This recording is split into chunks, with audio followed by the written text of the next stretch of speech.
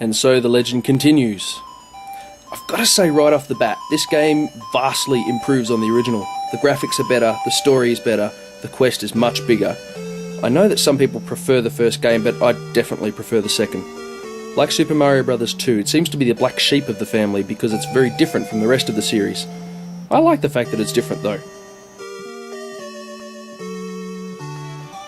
After killing Ganon with the silver arrows back in Zelda 1, Link was all set for a life of privilege and relaxation, but that wasn't to be.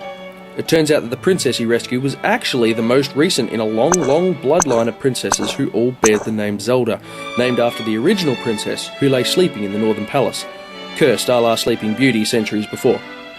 The only way for Link to wake her up would be to reunite the entire Triforce, wisdom, power and courage. Apparently the courage part had been separated a long time ago and hidden away in a great palace. The only way to unlock this palace is to place crystals into 6 statues located in other palaces across Hyrule. So, crystals in hand, off Link goes to reform the Triforce and awaken the princess. Okay, so here's the thing. The adventure of Link is far and away the most difficult of all the Zelda games. That's its biggest fault. There's moments of scream out loud frustration, and then there's the levelling system, which some people like and some people don't, but it gives a much stronger RPG vibe. This time, my third time playing through the game, I decided to get a jump on it early, so before I did any of the palaces, I grinded EXP.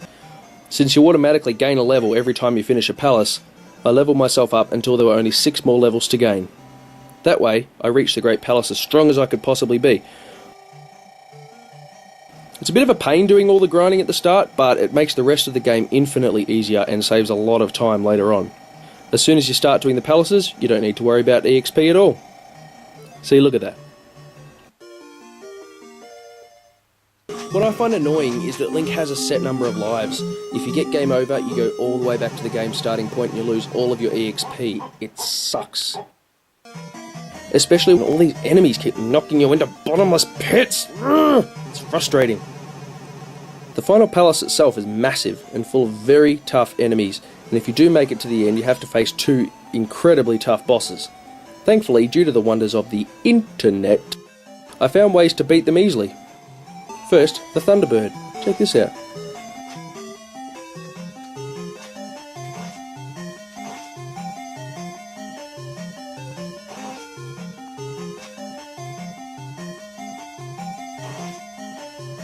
Heh.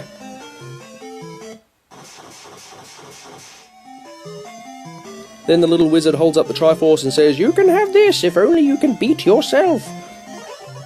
And out comes Link's shadow. But check this out. You just stand in the corner and keep swiping straight ahead.